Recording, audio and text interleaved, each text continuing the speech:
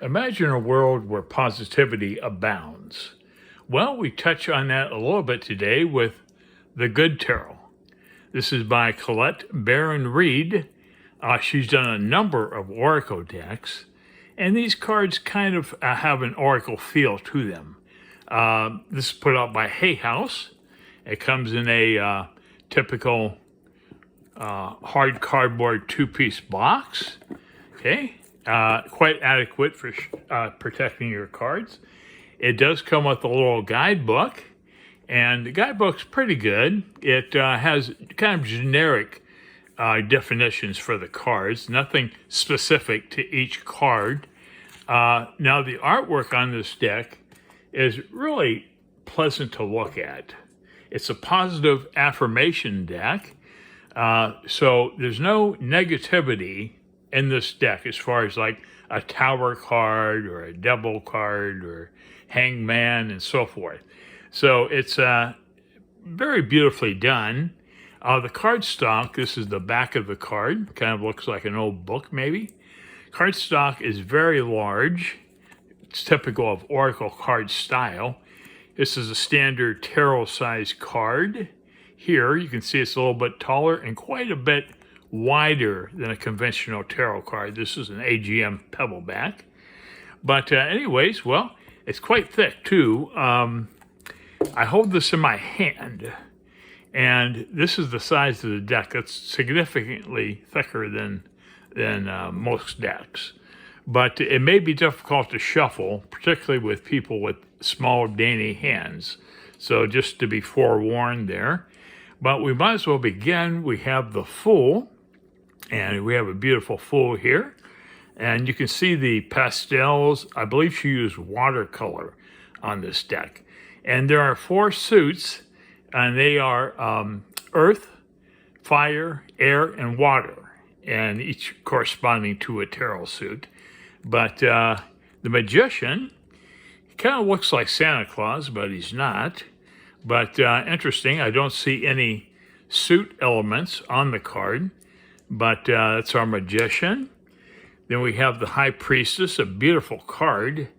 I love the artwork with the face and the surrounding aspects of the card. Very beautiful. Empress, we have a lady here. She's in a very festive headpiece here. She's holding some type of vegetation, maybe wheat or something. And just a delightful Empress card. Okay, Emperor, we have a lion, okay? We have a lion Emperor. There's a number of lions in this deck. I did take a peek at it before this presentation. Okay, we have the Hierophant. We have a female here. And it looks like a crescent moon up there. She's holding, looks like a small weapon there above her. Winged, she has wings. And she has a chalice, and it looks like a perfume bottle, and a quill pen, and a candle. Okay, interesting. Love, in lieu of lovers, we have love. And check this out. We have a lady resting upon a lion. We have 2 columns. Interesting. Okay, Chariot. We have a beautiful woman here, and she's seated upon a chariot. And 2 beautiful horses are pulling it. So, quite interesting. Strength. Here's another lion, of course. We have a woman here, and she's got her hand on the neck of the lion. And a lion looks like he's yawning. Okay. Then we have the Hermit. We have, in lieu of a hermit, we just have a door. We have 3 keys at the top of that door. So, Hermit, I guess, this signifies isolation, maybe, introspection. Okay, next we have the Fortune's Wheel. We have a beautiful wheel here. We have a heart design at the top. And I see a little face right there. And it's a very beautiful wheel card. Justice, we have another angelic winged being with a large sword. And there's her scales right there. Hey, Hanged Man. We have a Hanged Man here. He's not really suffering. He looks like he's more like he wants to be there. and there's a globe in the background, and he's not bound to anything. He has some type of a rope, but I can't see it being attached to anything. So interesting. Hanged man. Okay, transformation. In lieu of death, we have transformation. Of course, it means the same thing.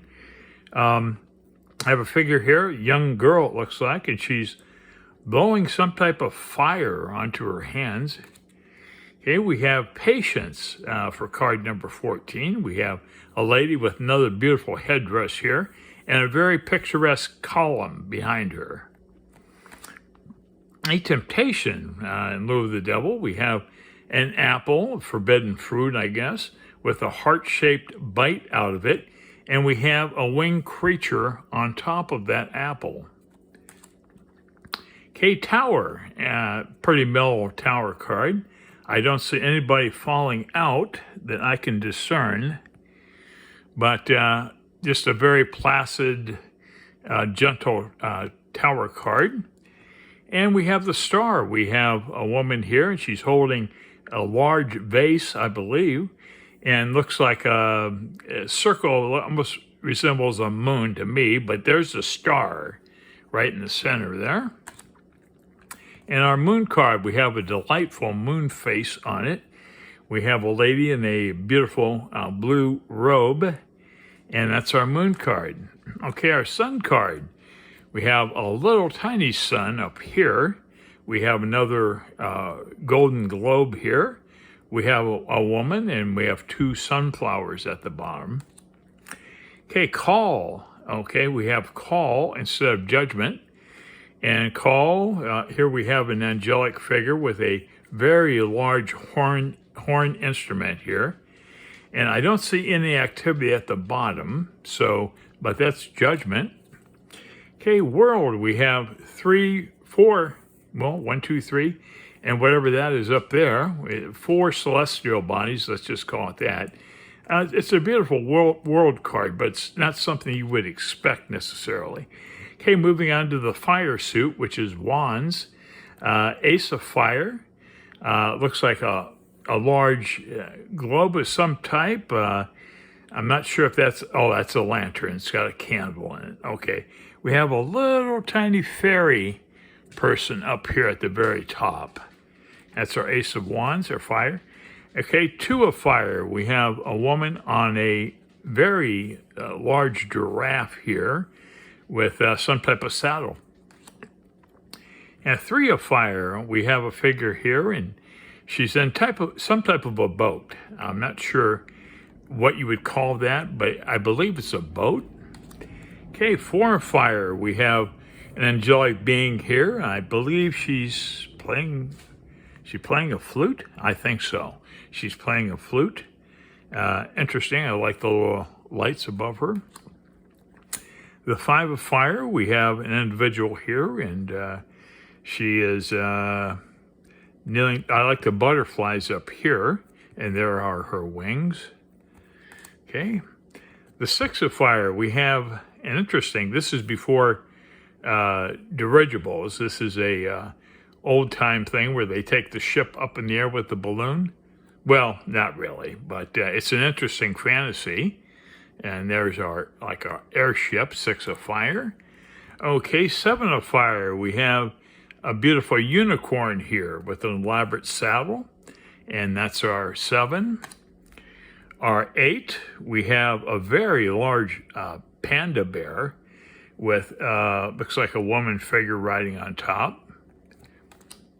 9 of fire, we have a lady here, and I don't see wings on her, but I see she's holding lit stars like a decoration.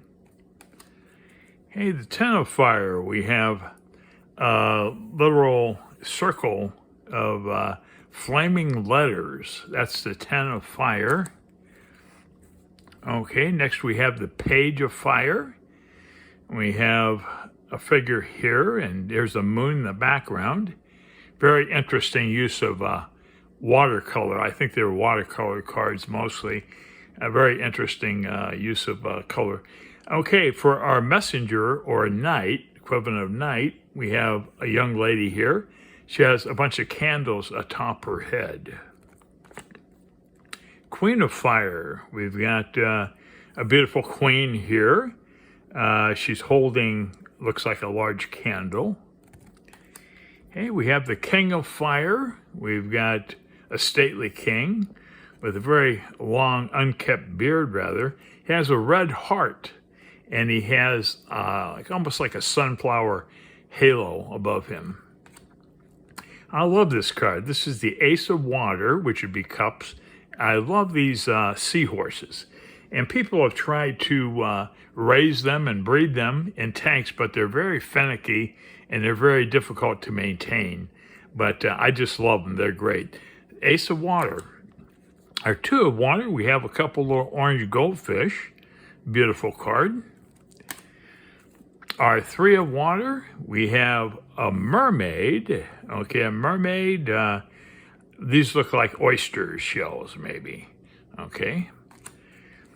The Four of Water, we have another mermaid here. And 1, 2, 3, 4. I guess there's 4 air bubbles or something representing the suit. Okay, we have the Five of Water. 1, 2, 3, 4, 5. Here they are down here again. A lady within a snail with a little seahorse dragon type of creature. Okay. I love the blue on the water suit and the, what was it, orange? Yeah, it was orange on the fire or wand suit. So here we have the Six of Water. We have a lady kneeling and looking at a reflection in a pond. 2 beautiful rock croppings here to each side. Okay, the Seven of Water. We have a lady here. She's surrounded by sea life. We have shells, we have fish, and a large, almost looks like a lotus flower, but I'm not sure if that's exactly it. Eight of Water, we have probably the most intimidating card in the deck so far. We have a hooded, dark hooded figure here, a treasure chest, okay, and we have a beautiful sailing ship here on the horizon. Okay, the Nine of Water, we have a mermaid, and we have a treasure chest again, and a bunch of little air bubbles apparently representing the 9. This card surprises me. This is Buddha. What is Buddha doing in this deck? Well, there he is, and here's his little 10 cup symbol, and he is a jolly Buddha. He's drinking too much beer, I'll tell you that big stomach there, but he's a jolly old fellow. Okay, next we have the Page of Water. I have a lady here at the seashore, and I see a couple of little lotus flowers again. Next we have the Messenger, or Knight of Water. Have a beautiful lady here with an elaborate headdress, and there's a little seahorse. Now, I like the use of seahorses in this deck. Queen of Water, yet another headdress here, and we have a beautiful profile of a queen. And the King of Water, we have a stately king, and he has a pitchfork of all things, and that's our King of Water. Next, I'm moving on to Ace of Earth, which would be Pentacles equivalent. We have a elk. I think that's an elk.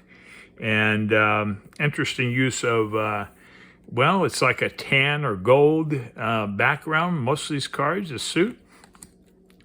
Have the Two of Earth, and here we have our 2 pentacle equivalents here. We have a little sun face happening or something going on at the top there. The Three of Earth, we have a beautiful, almost goddess type of figure with a couple little wings. Maybe she's a fairy. I don't know. But more gorgeous use of the golden greenish hue, I guess you'd call it. Okay, next we have the Four of Earth. Here's our 4 pentacle symbols there. And we have, looks like another fairy lady with odd horns, stag horns or something growing out of her head, or part of her headpiece maybe. Okay, the 5, we have interesting card here. Oh, it's a lady here with another billowy headdress here, feathers, made out of feathers maybe. And I can't quite see the detail, what's going on, but here we see more of those weird-looking twigs, and she's holding them. Next, we have the Six of Earth. We have an elk, and interesting card. Very interesting. There's, oh, that's part of the horns up there. Okay. And next, we have the Seven. We have a gentleman here. Okay, we have a little fairy happening over here. And beautiful card. Have the Eight of Earth, and we have a beautiful violin here. And here's our pentacles above that with a tree. Instead of the top of the violin, it's a little tree. And there's a little fairy right there. And, well, that's the 8. Okay, the 9 of Earth, we have a figure partly masked here. A little flower in her hand. Interesting. 10 of Earth, we have another fairy or angelic creature maybe. There's a wolf down here. Okay, I didn't notice that. There's a wolf and a bunch of books, old books or journals down there.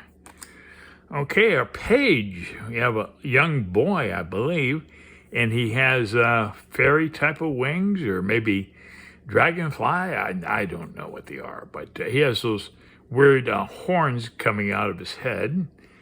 Okay, next we have the messenger or a knight.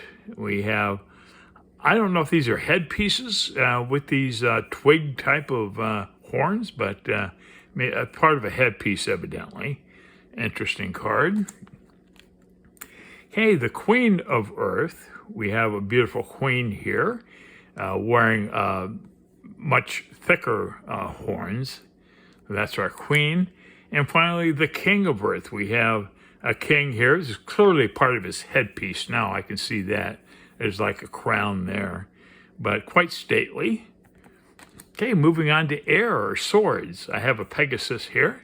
Beautiful bluish green hue to the card. Next we have the Two of Air, and we have a figure here and holding two little doves, I believe. Okay, beautiful. Okay, next the Three of Air. We've got a lady in a large gown. She's a winged figure, angelic. There's a little bird, two little birds right up here on that branch. Next we have the Four of Air. We have another angelic being here, and looks like little peacock feathers here. Eye of the peacock, maybe. Hey, we have the Five of Air. We have a dancing figure here, and below her are a number of doves, 5 of them, in fact. Okay, next we have the Six of Air. I love this card. It reminds me of a Lenormand card with the ship card on Lenormand. A very beautiful sailing ship, and we have a bunch of seagulls here below it. Hey, next we have the, which one is 7 of Air. Okay, 7 of Air. We have doves here. We have ducks or geese. I think they're geese, I guess. And we have an angelic female figure here. Hey, next we have the 8 of Air. We have a bunch of feathers here. We have an angelic being here with beautiful wings. Okay, the 9 of Air. We have another angelic being here standing on a large rock and a bunch of white doves. Hey, we have the 10 of Air. We have yet another angelic being with more feathers. It is the air suit, so I can see the feathers and the birds. Okay, the Page of Air. We have a beautiful angel here with her arms upraised. And the Messenger of Air, a beautiful headdress, a feathered headdress on the knight or messenger. We have the Queen of Air, a beautiful white owl, and another elaborate headpiece here, and very stately queen, very nice. And finally, the king of air. We have a king with a partial mask. He's got a nice crown. He's winged, which makes sense with the rest of the suit. But that'll wrap it up. I like this deck. I wish the world was more positive than it is, but there's a reason for it not being positive. Because when you incarnate on the earth, you're to experience things that are not always positive. And then you take those memories with you and you compare it to a less limited and more loving spirit world to better appreciate the spirit world. So you must first be physical and limited in order to appreciate the less limited spiritual consciousness. So I'll leave you with that message. And thanks for hanging out with me, and thanks for watching.